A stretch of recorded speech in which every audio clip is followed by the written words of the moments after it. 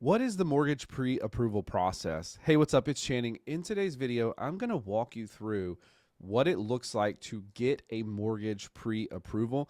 Many of you have probably heard that you need to do that. And all you know is that there's another person on the other end of the line that is going to be asking you questions or maybe pressuring you into doing something that you don't want to do. And so I just want to break all of that down, help you understand what that process looks like, make you more comfortable so that when you're ready to do it, you know exactly what to expect. So the very first thing when it comes to the mortgage pre-approval process that we like to do here at Value Mortgage with our clients is we prefer to start with a phone call.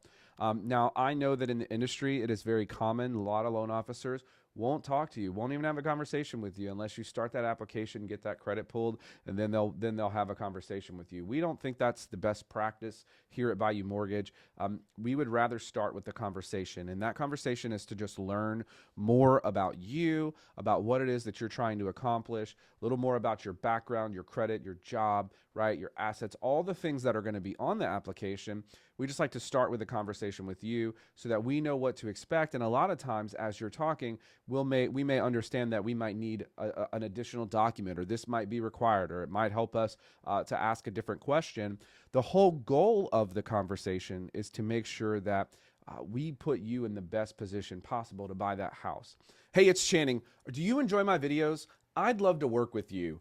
I want you to go to workwithchanning.com and you can book a call on my calendar where I will walk with you personally one-on-one to help you with all things home buying, all things home refinancing.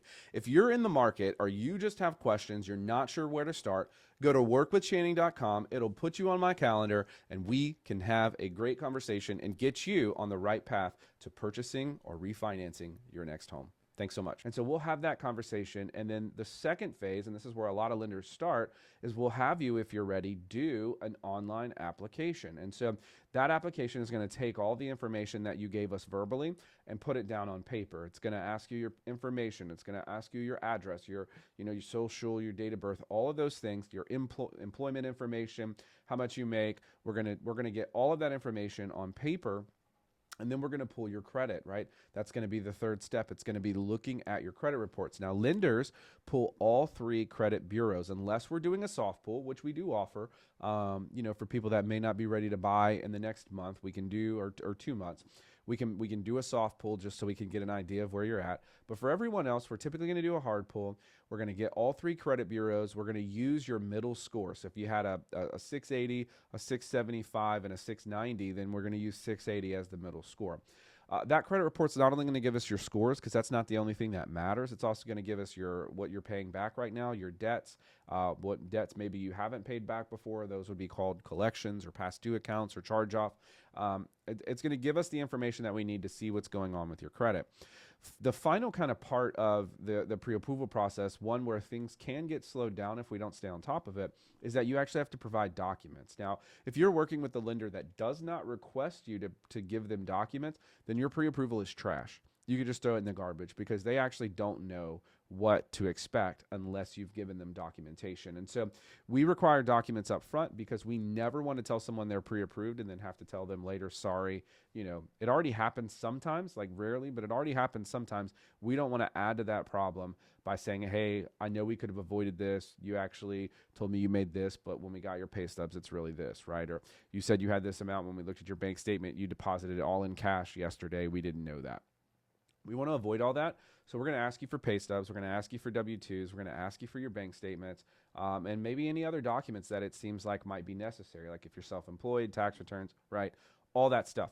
The whole goal of this, even though it's a little bit painful up front, is to help you avoid a lot of pain once you've spent money, once you've gotten excited, once you've found a home, to then have to tell you, sorry, this isn't going to work. And so good work up front on the pre-approval process prevents bad work when you get in the middle of the process. And so once we have those things, we'll do another call and we'll walk you through your pre-approval. We'll walk you through example terms of what that might look like in terms of cash out of pocket, monthly payment. We'll give you a document that will outline that.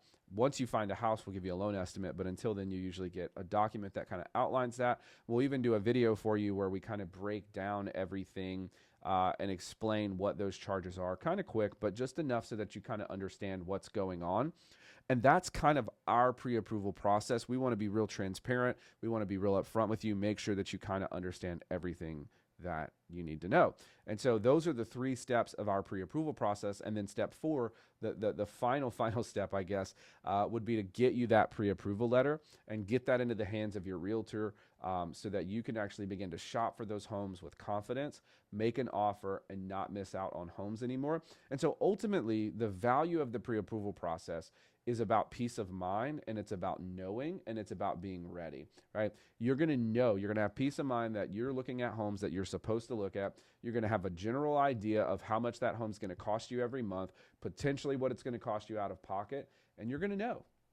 You're going to know that when you make an offer, the offer can be accepted, that you got the financing to back it up, and that if you truly desire to buy that home, then you're going to be able to go the whole thing and be able to purchase that home with the funds from the bank that you need to do that. And so that's the importance of that process. That's how that process works. Let me know what questions you have. Have you gone through this process? Was it smooth? Did it flow like I just described it, or was it something else? I'd love to hear your comments. Definitely appreciate you staying to the end of the video, and I'll talk to you soon. Hey, thanks so much for checking out this video. Definitely make sure you subscribe, comment, do all the stuff. It really helps us, and it'll help you. Also, check out the video that YouTube is recommending for you right here. Let me know what you think. I'll see you over there.